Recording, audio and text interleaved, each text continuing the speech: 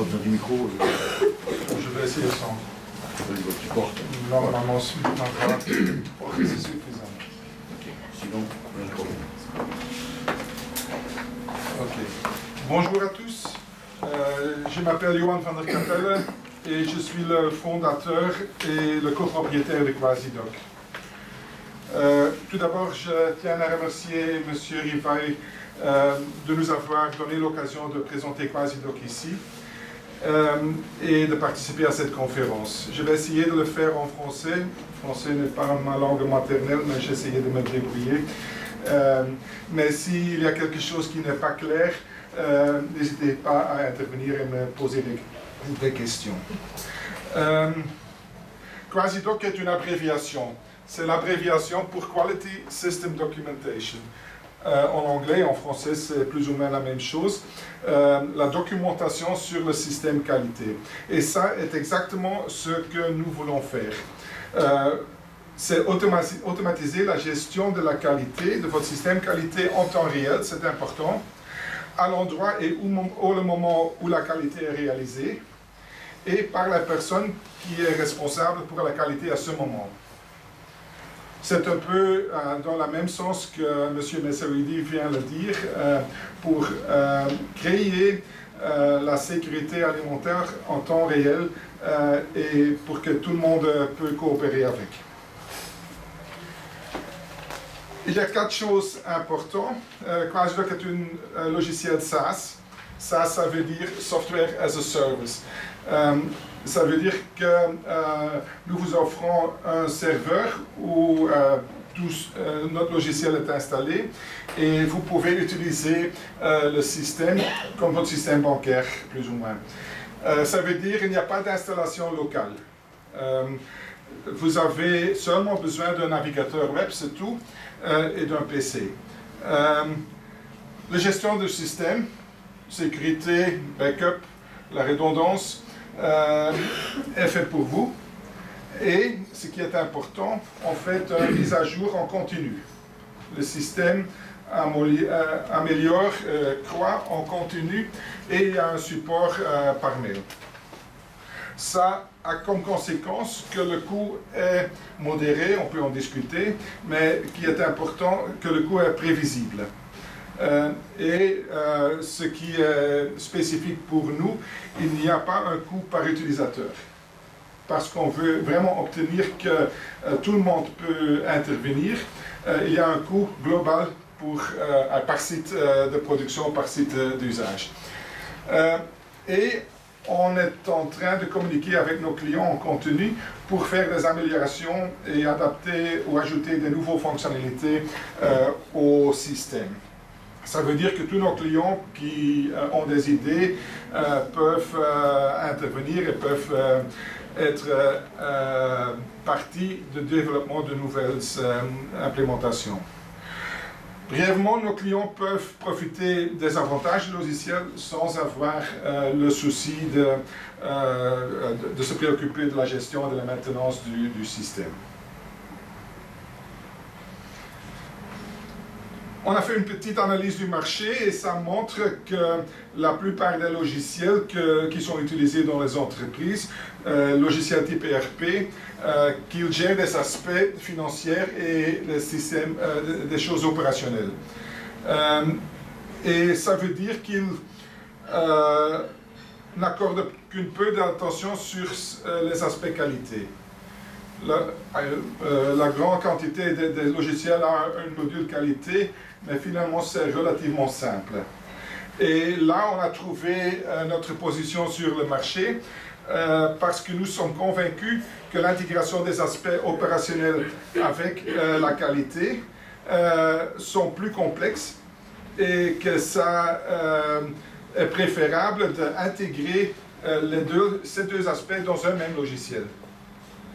Il y a pas mal de choses opérationnelles qui peuvent être liées à des aspects qualité. Ça peut commencer à partir des contrôles qualité à la réception, mais en même temps lier les formations pour des gens qui travaillent à la réception pour être sûr que tout le monde soit formé, etc. Cela ne veut pas dire que des entreprises qui ont déjà un système ERP ne peuvent pas utiliser QuasiDoc, parce que ça a l'avantage que nous, on a cette structure de données pour être capable de communiquer avec des systèmes ERP.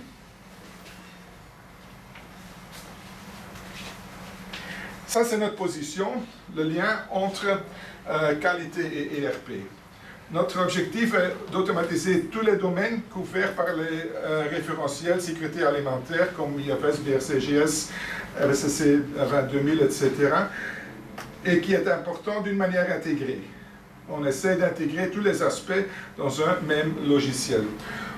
À partir des spécifications matières premières, on a un grand module pour ramasser des specs chez les fournisseurs. Aussi la sélection des fournisseurs sur base de certificats et aussi des questionnaires. En passant par le contrôle des matières premières, comme je viens de dire, l'étiquetage des produits finis, la gestion des recettes, le contrôle des processus, les spécifications produits finis, les analyses labo, la gestion des documents, la formation, gestion des plaintes, gestion de non-conformité, actions correctives et préventives, maintenance, les tournées d'hygiène mobile, la planification et la vérification du nettoyage et de la désinfection, etc. On a pas mal de domaines qu'on essaye d'intégrer dans un même système. Et de plus, nous sommes convaincus qu'on n'est pas seul sur le monde. C'est pourquoi nous avons mis pas mal d'attention et pas mal d'investissement dans la connectivité. Il est donc possible, par exemple, de synchroniser vos données de base qui sont ailleurs avec notre système d'une manière automatisée et standardisée. Il est aussi possible de déclencher des actions en QuasiDoc à partir d'ailleurs. Par exemple, vous recevez un lot à la réception et notre système peut déclencher les analyses et les contrôles qui doivent être faits à la réception d'une manière plus intelligente que les systèmes ERP le font normalement. Autre chose, on peut transmettre des données vers les portails comme JS1, donner des produits finis, etc. Où on peut fournir des imprimantes d'étiquettes sur vos lignes avec des données en temps réel, la liste des ingrédients, la liste des allergènes, qui est calculée en temps réel à partir des données qui viennent de matières premières et qui sont calculées par votre structure produit vers le produit fini. Ou on peut fournir des outils BI, Business Intelligence, comme Power BI ou comme Qlik ou comme Tableau, avec des données qui peuvent créer des tableaux de bord en combinaison avec d'autres données qui viennent de votre comptabilité, qui viennent de votre système ERP ou n'importe d'où. Ça, c'est une introduction globale.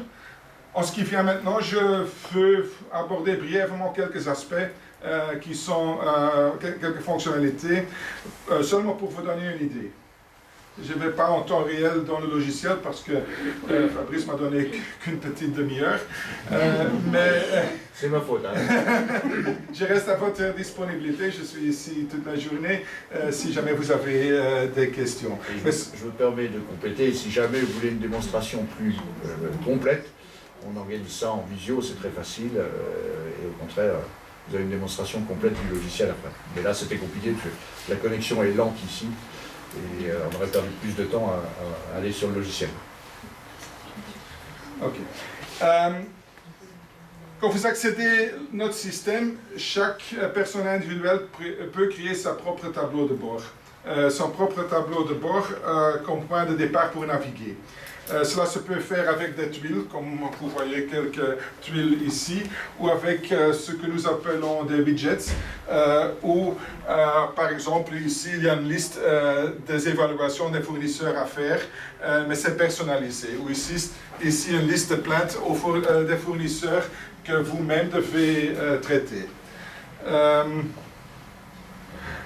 Et à partir de là on peut naviguer. Et je vais, comme exemple, me concentrer sur des aspects qualité fournisseur. Chaque référentiel, n'importe quel, même ISO 9001, a 5 aspects, 5 facettes qui sont liées aux qualités fournisseurs. D'abord, c'est la sélection des fournisseurs.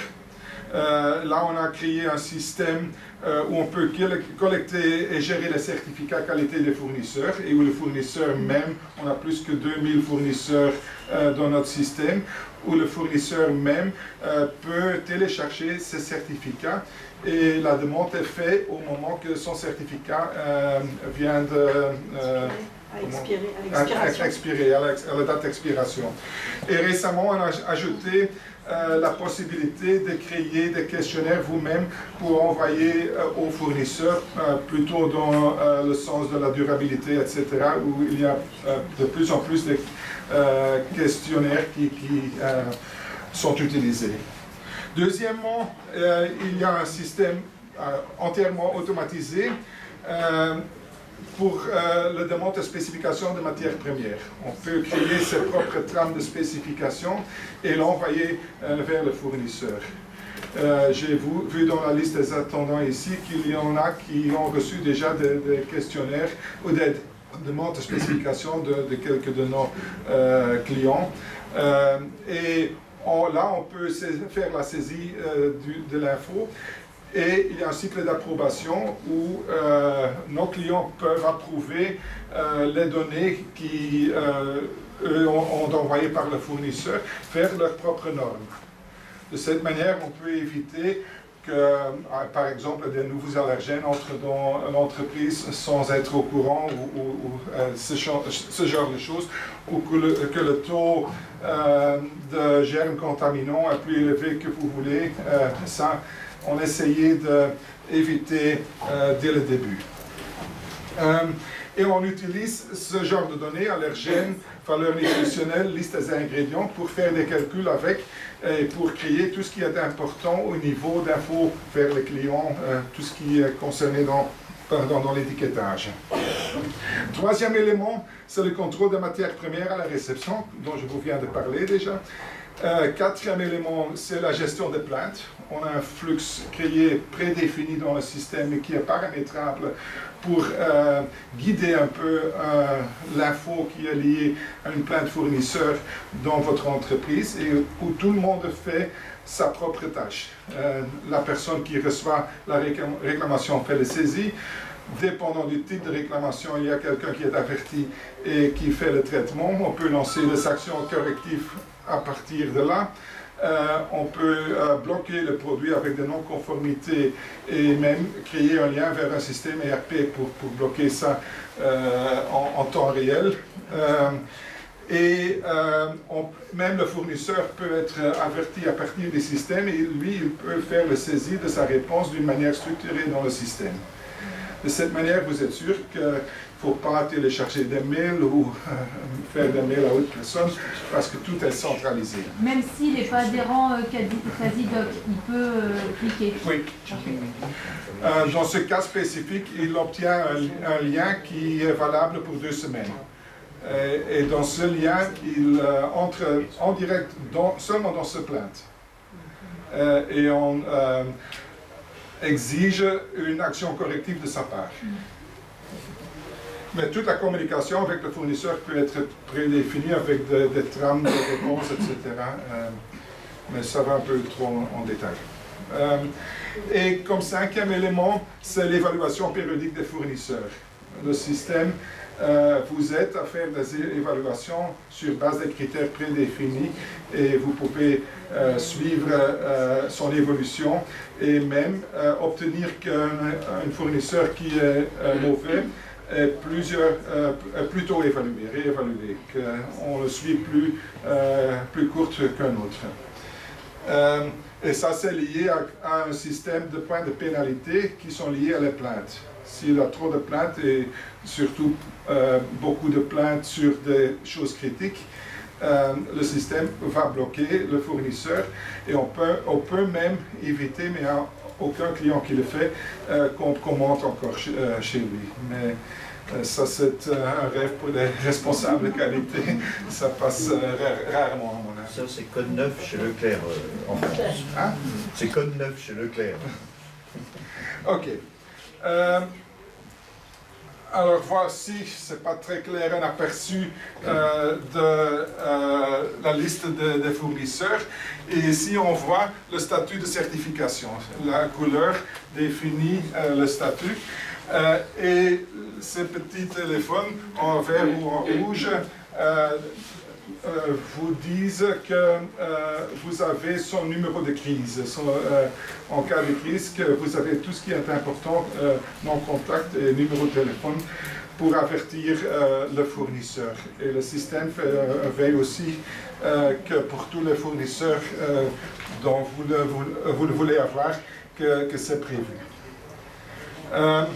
Et ce statut de certification est créé sur base de statut de certification sur les différents sites de ce fournisseur.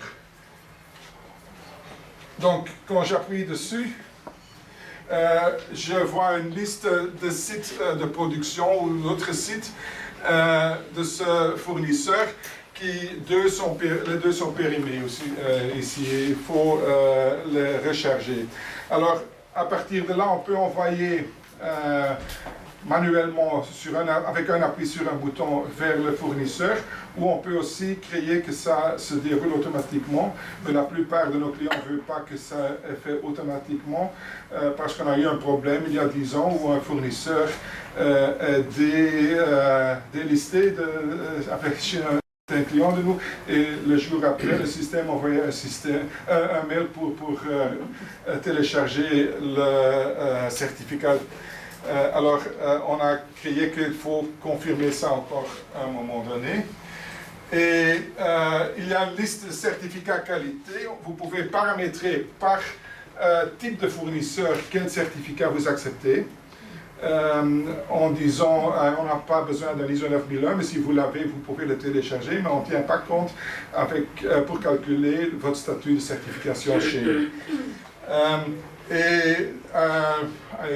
On est en train d'intégrer ici aussi la possibilité de lancer des questionnaires vers le fournisseur pour obtenir plus d'infos. En même temps, on peut télécharger ou ramasser aussi des certificats produits. Produits bio, halal, tous ces genres de certificats qui sont liés aux produits. Ça, c'est le bouton pour demander au client de renouveler le certificat. Et à partir de là, il doit faire tout lui-même. Ce n'est pas vous qui va demander et télécharger vous-même. Le système se déroule en continu d'une manière automatisée. Vous obtenez un aperçu global de forme de tableau croisé du statut de tous les certificats de différents fournisseurs. Fournisseurs avec ses sites de production et un statut, un vue globale sur l'état des choses. Deuxième élément, c'est le plan de fournisseur. Un autre tuile, mais vous pouvez créer votre tuile vous-même, vous dirige vers un écran avec tous les plaintes fournisseurs. Et notre système vous offre un processus standardisé et paramétrable pour le traitement des réclamations des fournisseurs.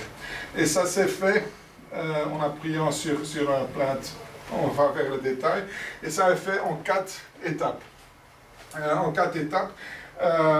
D'abord, c'est le destinataire de la plainte, la personne qui reçoit la plainte, qui fait le paramétrage, l'enregistrement. Et ça vous aide de ne pas être obligé de faire tout le travail dans votre service qualité. La personne qui reçoit le téléphone peut faire la saisie et dépendant du type de réclamation, c'est la bonne personne qui est avertie.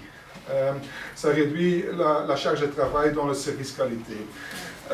Deuxième étape, c'est la personne en charge qui doit faire le traitement, l'analyse du plainte, en concertation avec autres personnes et même avec le fournisseur. Finalement, il doit saisir une action corrective du fournisseur. Troisième étape, c'est ici, vous voyez comment il peut communiquer avec le fournisseur et dès que tout est paramétré, il y a des trames de mail qui peuvent être utilisées et le système fonctionne en 4 langues. Alors si votre fournisseur parle anglais, il reçoit son mail en anglais, il peut faire le saisie en direct dans votre système.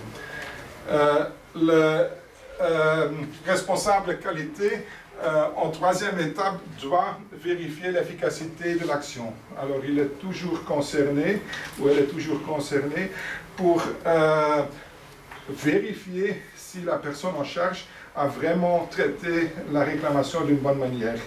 Parce que pas mal de gens évitent un peu d'aller trop en détail, mais c'est ça que M. Messoudi vient de dire, qu'il faut concerner d'une manière bien organiser toutes les personnes dans l'entreprise. Et finalement, il y a l'aspect commercial, où même si vous voulez, vous pouvez avertir votre service comptable qu'il y a un autre crédit qui doit être payé, par exemple. La communication en détail. Et ici, ce n'est pas très lisible, cet écran où le fournisseur doit faire son analyse, la cause, son analyse, l'action qu'il a prise, etc. Et ça est sauvegardé dans le système en temps réel. Troisième aspect, brièvement, on va aborder les spécifications matières premières parce que c'est un système très compliqué. Mais on a une liste par produit de tous les specs matières premières et produits finis qu'on a avec une date de péremption et un statut, différentes versions aussi.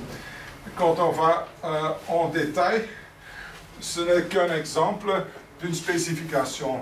On peut créer des trames combien on veut et on peut attribuer des trames à des produits. Par exemple, des produits de négoce, on peut avoir une trame spécification à l'entrée, mais aussi une spécification pour les clients. Et même plusieurs spécifications ou plusieurs trames si plusieurs clients ont différentes exigences.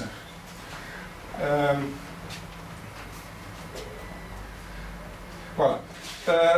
Ça comme exemple, comment fonctionne Quasidoc, le système sur le site web. Autour de là, on a créé un écosystème d'autres softwares comme par exemple QDcheck, qui est une application mobile pour faire des tours en usine, tour d'hygiène ou à n'importe quel tour. On a QDTech, c'est pour la maintenance, un module GMAO qui peuvent être faits mobiles où les gens sur le terrain peuvent noter dès qu'ils ont fait quelque chose, mais aussi où d'autres personnes peuvent avertir en prenant une photo la maintenance qu'il y a quelque chose à faire. QD Collect, c'est un système PC qui est en communication avec notre serveur pour faire la collecte des données qualité dans la production en temps réel, en disant il faut, et où on a la possibilité de lier des équipements. Par exemple, il faut vérifier le détecteur métal une fois par heure. On peut lier votre détecteur métal qui prouve que tout a été fait, ou un contrôle d'analyse de gaz ou n'importe quel contrôle on peut lier, mais on peut aussi le faire manuel, faire le saisie manuellement. Et le système avertit l'opérateur qu'il est temps de faire un certain contrôle. Et on peut suivre en temps réel s'il l'a fait. Même si vous êtes en vacances ici sur l'île d'Ars, vous pouvez suivre ça sur votre téléphone si tous les contrôles ont fait. Et ce qui est important, le système va vous avertir dès qu'il y a des choses qui sont hors spec. Et à ce moment, le système vous oblige de prendre une action. Hors spec ou trop tard. Même s'il y a une seconde trop tard, et on peut valider ça facilement, ce n'est pas une grande chose, mais dès qu'il y a des choses qui sont prévus, qui ne sont pas faits à temps, le système va vous obliger de faire quelque chose avec. Ça évite qu'il y a des auditeurs qui trouvent des choses qui sont trop faciles à trouver finalement. Hoe zeg je dat? Weet ik, schappen zeggen dat? Bête en anglais. Un pari. Un pari, c'est ça. J'ai gagné un pari avec un de mes clients parce que j'avais trouvé des contrôles qui n'ont pas été effectués sur un CCP. Mais il m'a dit, l'année prochaine, si vous revenez, vous ne trouverez plus rien. Qu'est-ce qu'il a fait? Il a cherché une secrétaire qui a contrôlé toutes les données. Mais la secrétaire ne savait pas qu'est-ce qu'elle est en train de lire, elle ne comprenait rien des choses. Et dans une petite demi-heure, j'ai trouvé aussi de nouveau des choses qui n'étaient pas bien saisies. Et ça, c'est la raison pourquoi il a pris un contrat sur QD Connect. Et QD Connect, c'est tout qui est important pour la connexion avec les autres systèmes, JS1, Power BI, les systèmes ERP, etc. Je vais vous montrer vite quelques aspects sur QDCheck. Vous pouvez créer votre modèle de liste contrôle vous-même. Contrôle de l'environnement sur une certaine zone, contrôle de stockage, contrôle d'hygiène. Mais c'est aussi important, par exemple, pour la libération des lignes au début de la production. On peut promener à côté de la ligne et prendre des photos. On peut même obliger la personne en charge de prendre les photos. J'y reviens tout de suite. Et on peut créer ici différents items dans une liste et on peut obliger de faire un score, de faire une observation, de prendre une photo ou de le faire seulement si la score est désapprouvée. Si on fait un constat négatif, on peut exiger que des photos sont prenées. Ici un exemple d'un tour en usine. Ce sont quelques imprimés écrans du système. Ici la liste, on peut le paramétrer de telle manière qu'on guide la personne dans l'atelier ou laisser libre à la personne de suivre sa propre trajet. Si on appuie dessus, on va en détail, on a la possibilité, on peut créer ses propres scores. Ici c'est simple, acceptable, non acceptable, mais on peut créer des scores de 0 à 10 ou n'importe quoi. Ici tout est bien, et on peut guider vers la prochaine remarque. On doit être obligé de prendre des photos et saisir quelques remarques, etc. Et à un moment donné, tout est terminé, c'est téléchargé et automatiquement un score est calculé. Et à partir de ce score, on peut soit finaliser la liste ou être obligé d'aller en détail et d'ajouter des actions au système.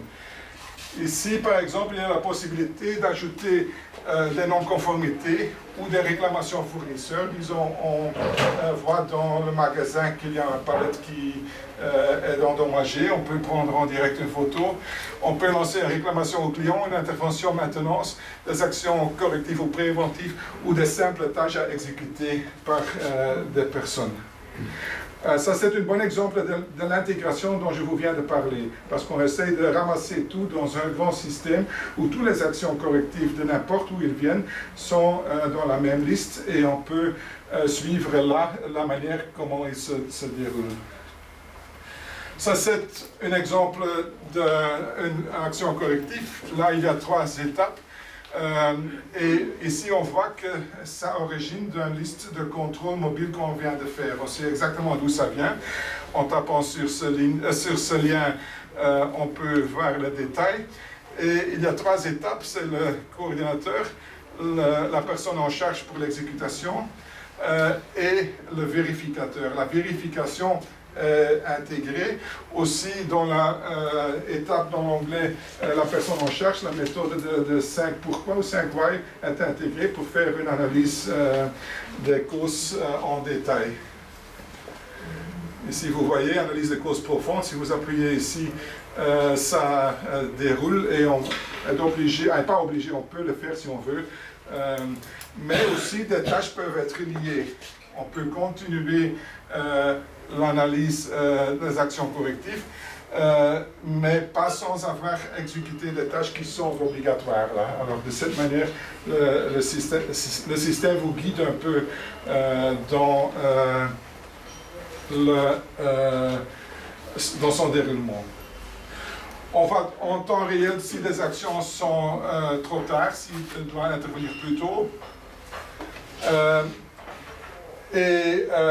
Un peu pareil pour les non-conformités.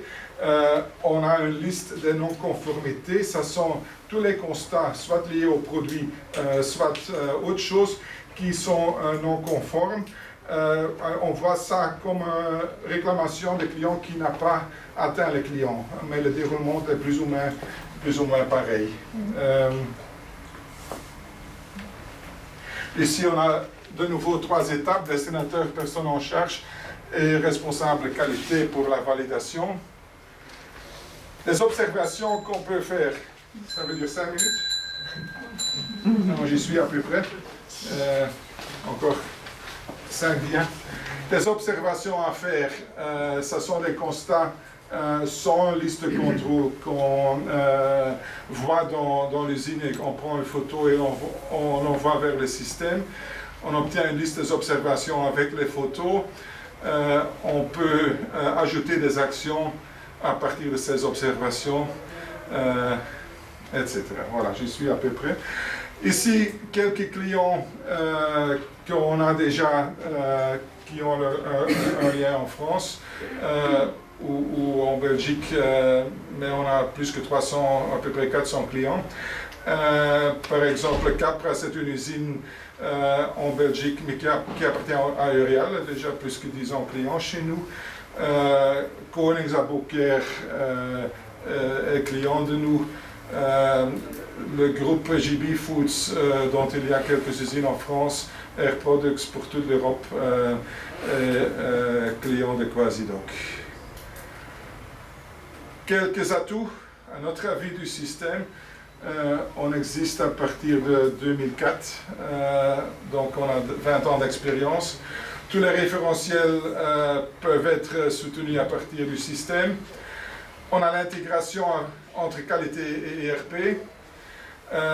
On a la gestion totale des produits, pas seulement les aspects techniques, mais aussi les aspects qualité des produits. On fait partie d'un écosystème en logiciel. Tout est prédéfini, ça veut dire 99% des choses sont pareilles dans la plupart des usines. Alors vous pouvez profiter du fait que quelqu'un a déjà fait ça pour vous. Parce que je vois souvent que la qualité est en dernière place pour le développement en interne en ce qui concerne le logiciel. Les coûts sont prévisibles et fixes. On fait le support à démarrage et c'est pourquoi on utilise les services de météorologie pour vous accompagner avec le démarrage ici en France. Voilà, voici notre donnée. Je me permets juste de rajouter une chose quand même qui est importante, parce que tous vos responsables informatiques sont en général très frileux sur les nouveaux systèmes informatiques. La société Quasidoc est certifiée ISO 27001. Donc c'est tous les systèmes de protection informatique sur lesquels ils sont certifiés. Et sur le... Voilà. Vous n'allez pas vous faire hacker demain. Je n'ai pas compris. Vous n'allez pas vous faire hacker demain. Hacker, c'est attrapé par les... Ça, je ne vais pas dire. Je ne vais jamais signer. Je veux signer qu'on fait tout ce qu'on peut et on est très ouvert à ce sujet. Et la certification ISO 27000 nous aide à nous concentrer sur des petites choses qu'on n'avait pas pensé avancer comme les autres certifications, mais en disant on est sécurisé à 100%. C'est comme le mot rat, il ne faut pas le prononcer sur un bateau. Non, mais on fait par exemple des tests annuel par des hackers qui on demande d'essayer d'introduire Dans le système. dans le système, même avec mot de passe, s'ils sont capables de, à partir d'un environnement, de trouver des données d'autres clients, etc. Eux, ils trouvent de temps en temps des petites choses. Mais on essaie de rester avant, mais c'est pas facile. Mais on est au moins mieux sécurisé que la plupart de vos propres systèmes, ça j'en suis sûr. Oui. J'ai une question concernant la base de données des spécifications matières premières. Est-ce que, quel que soit le nombre de fournisseurs de matières premières qu'on a dedans, on peut après requêter pour par exemple chercher toutes les matières premières d'une origine ou tous les ingrédients qui contiennent... Par exemple, quand il y avait au Japon, il y a 10 ans, l'incident nucléaire, nos clients étaient capables, avec un clic sur le système, de trouver toutes les matières premières, même tous les ingrédients de leur fournisseur qui est origine du Japon. Mais il faut l'avoir demandé auparavant. Hein. Oui, bien sûr. J'ai deux questions, une technique sur la partie allergène. Vous avez un petit onglet fiche technique matières premières et un onglet recettes si j'ai bien compris. Est-ce que les deux sont connectés pour avoir le résumé des allergènes à partir de fiches techniques? Oui, on peut prendre les allergènes des matières premières et les calculer vers produit fini, intégrer ça dans la fiche technique produit fini. Et à ce moment-ci, on est en train d'intégrer Vital, d'avoir une calculation quantitative des contaminations croisées.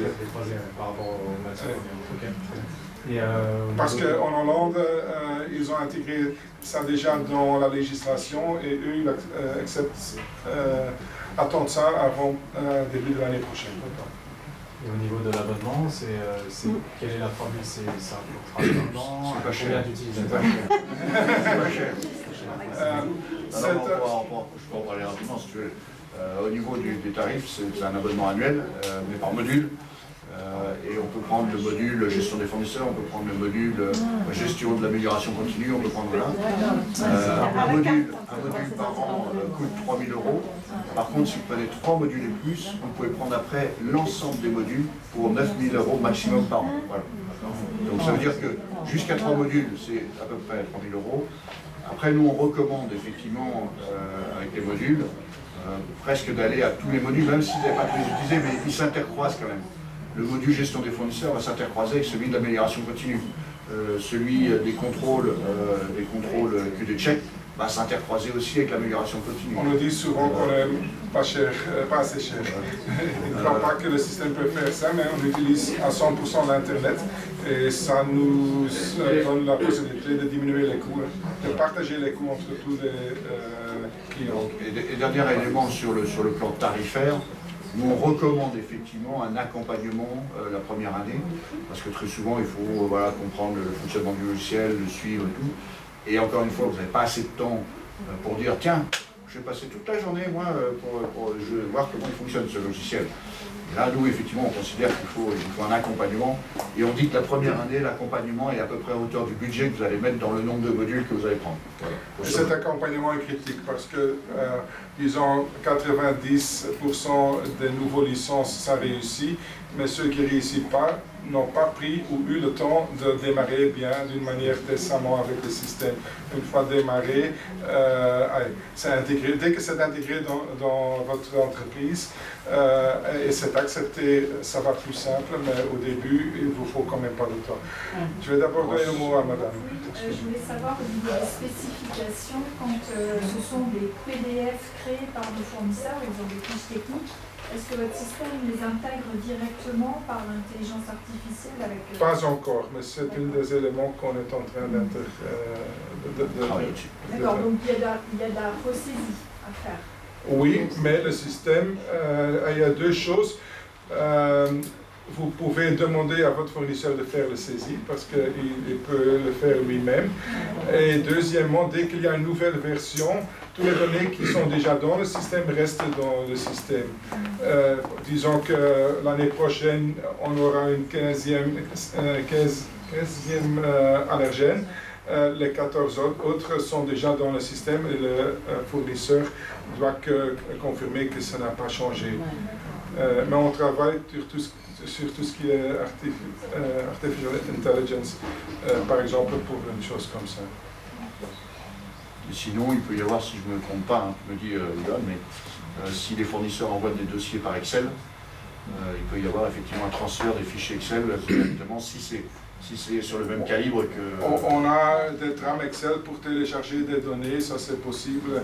On peut créer aussi des liens par des connecteurs Internet pour télécharger des choses, mais ça va déjà en détail. On a un projet AI avec l'université d'Asselt en Belgique qui se démarre à ce moment-ci pour voir où sont les atouts possibles pour nous. Et ça, c'est une des idées qui sont données. Un point important que je rajouterais aussi, c'est que c'est un logiciel sur lequel tout le monde peut intervenir dessus, aussi bien en interne qu'en externe avec les fournisseurs. Et pour les fournisseurs, il y a 4 langues, anglais, français, allemand et néerlandais. Logique, je sais bien. Au niveau de spécification, on a toutes les langues européennes dedans. On peut créer des étiquettes en n'importe quelle langue. Oui. Monsieur? Je voudrais savoir s'il y a une interface entre la plateforme Mutual Audit fournisseur et le module fournisseur du... Pas encore. Pierre, tu vas trop vite. Ça serait intéressant de savoir on a un fournisseur référencé par exemple qui a en même temps l'audit disponible. On en a parlé déjà, mais ça va venir dans le futur. Et donc des connexions possibles aussi avec les ERP existants dans les entreprises, oui. Même de type Nadias 400 Ce ne sont pas des liens existants, on offre des connecteurs API. Et ça demande un peu de programmation du côté de votre fournisseur d'ERP. Mais les liens sont ouverts et sont disponibles et sont bien décrits pour tout ce qui est par exemple fournisseur, produits, clients, gamme de produits des fournisseurs, mais aussi pour des allergènes, etc. On fait en continu des projets pareils pour communiquer avec le master data qui sont gérés hors notre système. Et souvent, c'est une communication en deux sens, mais on peut commencer avec l'importation des fichiers Excel. Ça, c'est la voie normale que notre nouveau client prenne. C'est d'abord télécharger toutes les données via Excel et soutenir ça par Excel. Ça, c'est un peu manuel, mais après un certain temps, on fait l'intégration à 100%. On va arrêter les questions là. Par contre, si tout à l'heure vous avez besoin de plus d'informations, vous êtes 2 personnes dans cette salle qui sont des experts sur le logiciel, donc Johan bien sûr, et Sophie ici présente. Je peux dire que tu es une experte sur le logiciel, puisque tu as été formée, tu es partie en Hollande voir comment fonctionnait le logiciel et tu l'as présenté. Donc n'hésitez pas à aller voir Sophie aussi pour avoir plus d'informations. Et puis moi je peux vous renseigner aussi bien sûr sur ce logiciel. Mais merci Johan pour ta présentation. Et puis on va laisser Marcel.